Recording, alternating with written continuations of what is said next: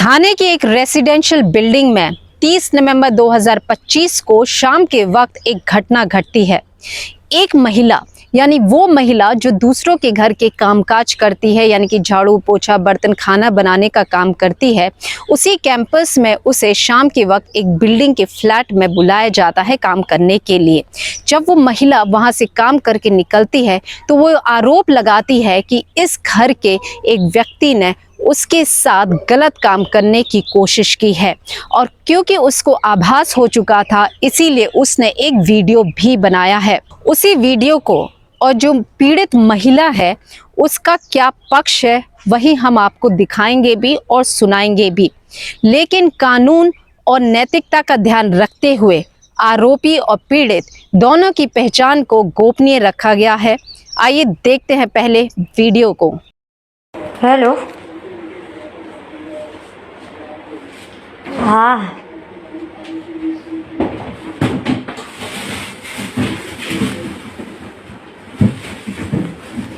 क्या बनाना है?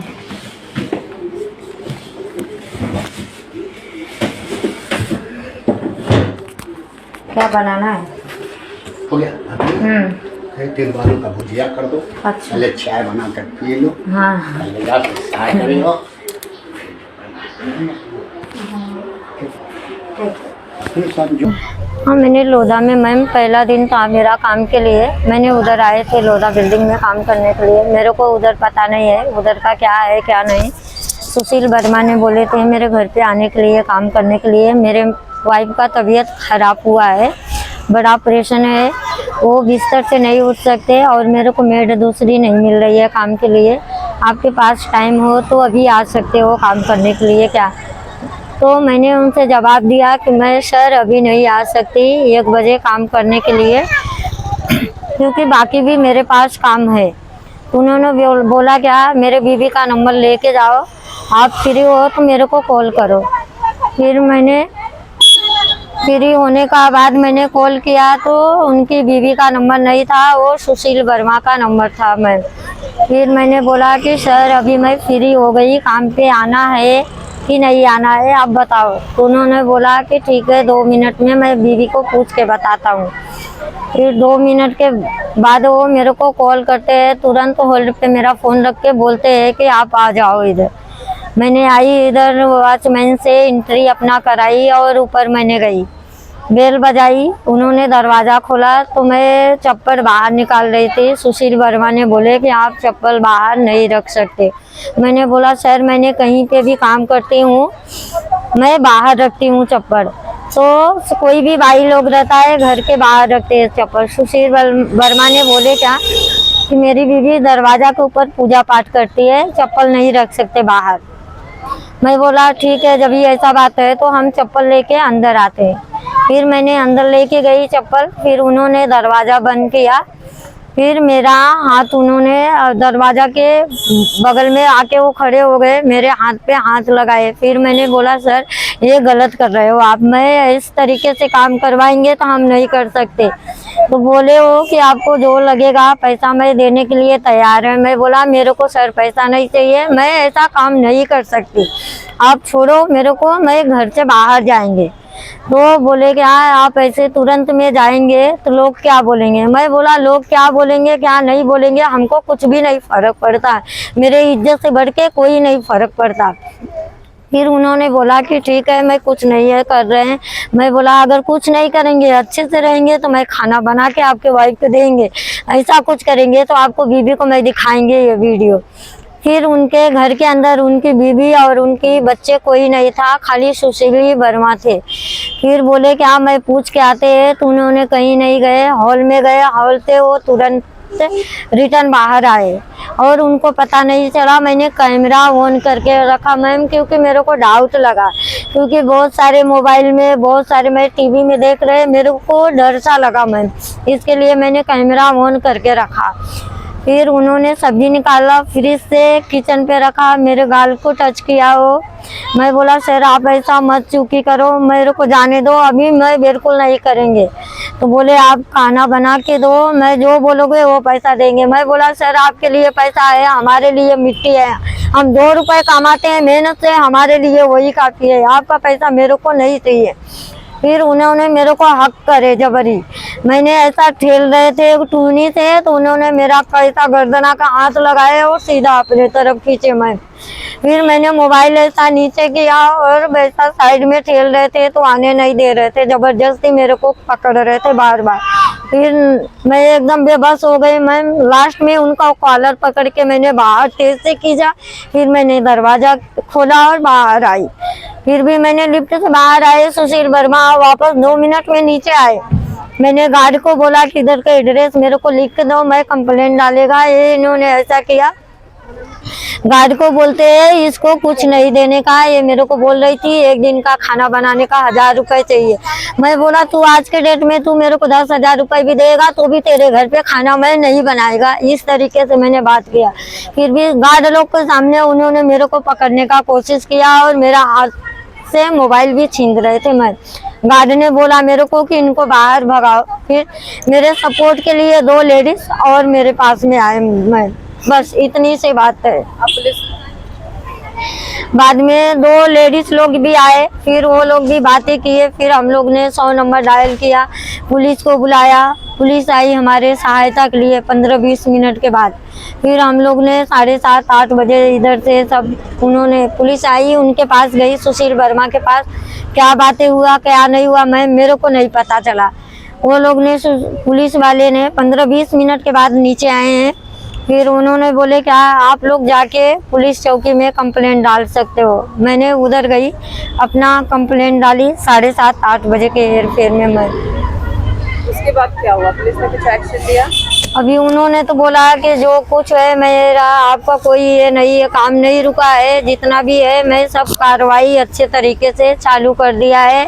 आपको जो कुछ हुआ है आपके साथ में सब न्याय हम लोग दिलाएंगे, ऐसा मेरे साथ में तसल्ली दिलाए हैं। अभी क्या वो लोग किए है मेरे को पता नहीं।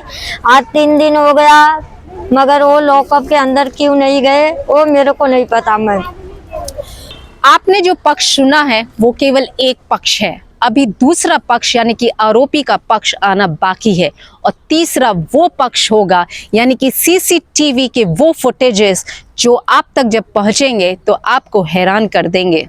जब ये घटना 30 तारीख को घटी और महिला ने अन्य महिलाओं को यानी कि मेड्स को अपने कांटेक्ट में लिया, वीडियो को दिखाया, तो अन्य सारी महिलाओं को लगा कि इस पीड़िता के साथ अन्याय हुआ है, इसीलिए सारी महिलाएं इनके साथ कनेक्ट हो गई।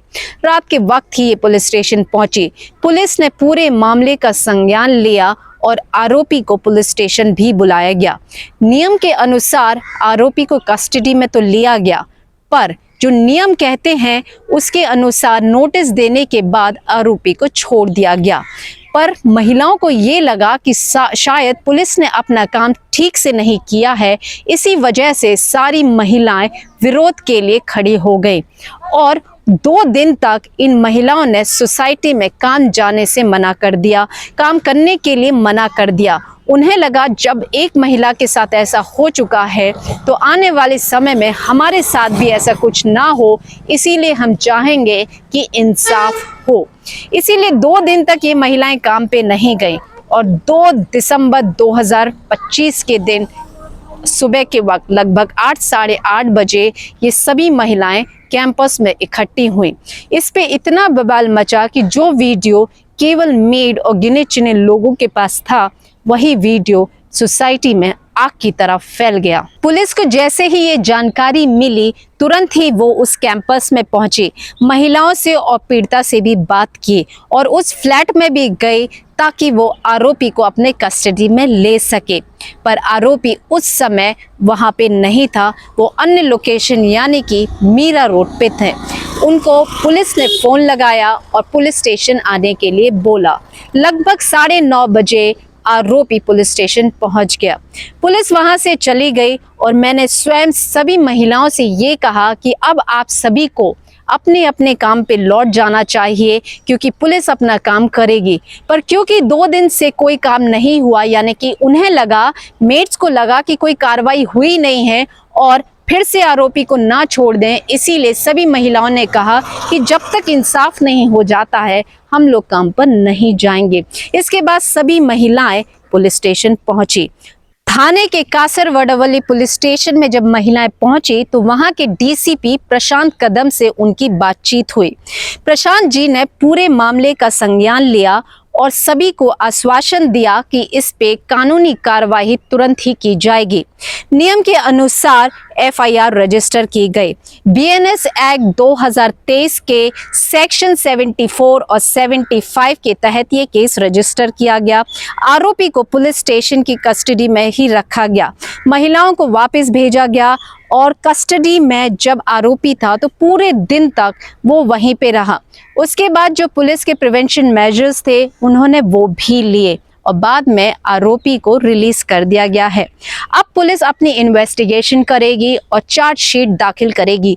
नियम के अनुसार 60 दिन के अंदर, यानी कि जब एफआईआर रजिस्टर्ड होती है तो उसके 60 दिन के अंदर पुलिस को चार्जशीट कोर्ट में दाखिल करनी होती है और उसके बाद शुरू होते हैं कोर्ट ट्रायल। ये तो हुई कानून की बात, लेकिन दूसरी तरफ जिन महिलाओं ने एक पीड़िता को मदद करने के लिए 2 दिन तक काम पे नहीं गए, वहीं पे सोसाइटी के लोग काफ़ी परेशान हुए और जिस तरीके का ये बवाल मचा तो सोसाइटी के लोगों को लगा कि जो मामला पुलिस तक पहुंच के सुलझ सकता था उसके लिए इतना बवाल क्यों किया गया।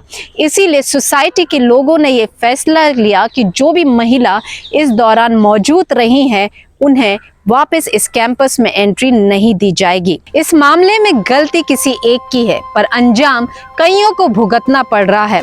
इसीलिए जब भी ऐसा कोई वीडियो आप तक पहुंचता है तो केवल सनसनी के लिए उसे फॉरवर्ड ना कीजिए, बल्कि सच का इंतजार करें।